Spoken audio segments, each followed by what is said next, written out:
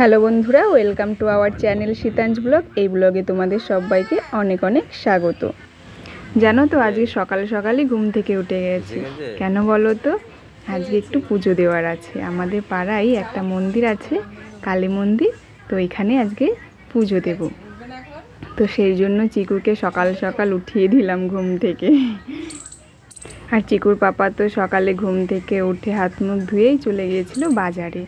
আর দেখো, বাজার থেকে চলেও এসেছে, বাজার করে নিয়ে এসছে আর ঠাকুরের জন্য কিছু ফল টল নিয়ে এসছে। জানো তো, আসামে থাকার সময় না, মানে একটা ঘরের মধ্যে বন্দি থাকতাম, শুনেইছো তো। তো সেই জন্য না শরীরটা যেন কেমন হয়ে গেছিলো। তো এখানে এসে কলকাতা থেকে তো ডাক্তার দেখালাম। তো ডাক্তার বললো সব ঠিকঠাকই আছে, অসুবিধা নেই।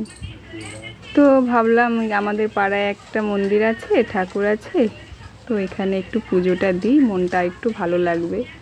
তো সেই জন্যই আমি দেখো পুজোর বাসনগুলো মাজছিলাম। তো সেই মুহূর্তে বৃষ্টি চলে এসেছিলো, আমার প্রায় মাজা হয়ে গেছিলো অনেকগুলো, তা দুটো ছিল, ওটা মাজছিলাম।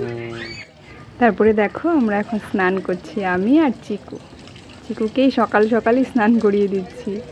তো দেখো স্নান করছে আর উঠতে চাইছে না, বলছি দেরি হয়ে যাচ্ছিল অনেকটা, তবুও উঠবে না।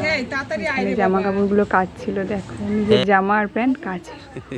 তো তারপরে স্নান টান সেরে শুদ্ধ হয়ে আমি এখন বেরিয়ে পড়েছি ফুল তুলতে।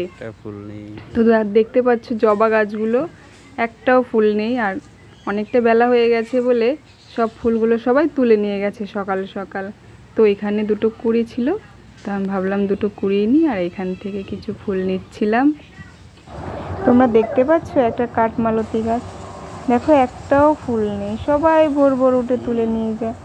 তো দু একটা ছিল, তাই আমি একটু তুলছিলাম।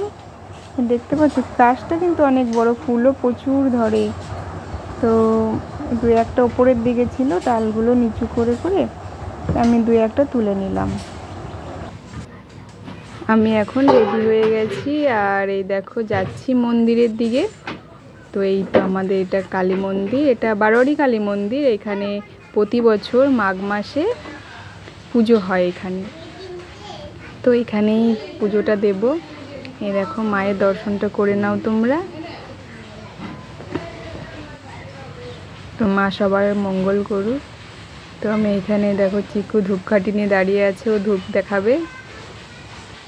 জানো তো মাঘ মাসে যখন এখানে পুজো হয় না, প্রচুর লোক হয়, খুব আনন্দ হয়, খুব ভালো লাগে। আমরা মাঝে মাঝে থাকতে পারি, মানে প্রতি বছর থাকা হয় না, কোনোবার আসামে থাকি, কোনোবার এখানে থাকি। এবার তো আশা করা যায় এখানেই থাকবো, কারণ এখন আর আসাম যাব না। কোয়ার্টার যখন পাবে ওর বাবা তখন যাব, নাহলে ওই ভাড়া থাকতে খুব অসুবিধা হয়ে যায়, জল টল এসবে খুব মানে অসুবিধা। তো আমি হাতেই পুজো দিয়ে দিলাম। পুজো টুজো দেওয়ার পর এখানে অনেক ছেলেপেলে ছিল, ওদেরকে প্রসাদ বিতরণ করে দিলাম। জানো তো বৃষ্টি এখনও থামেনি, এখনও বৃষ্টি পড়ছে। তো আমি এখন একটা আমাদের পাশেই একটা শিবলিঙ্গ আছে, তো এখানে একটু দুধ জল ঢেলে দেবো। আজকের মতো ব্লগটা এই পর্যন্ত, টাটা।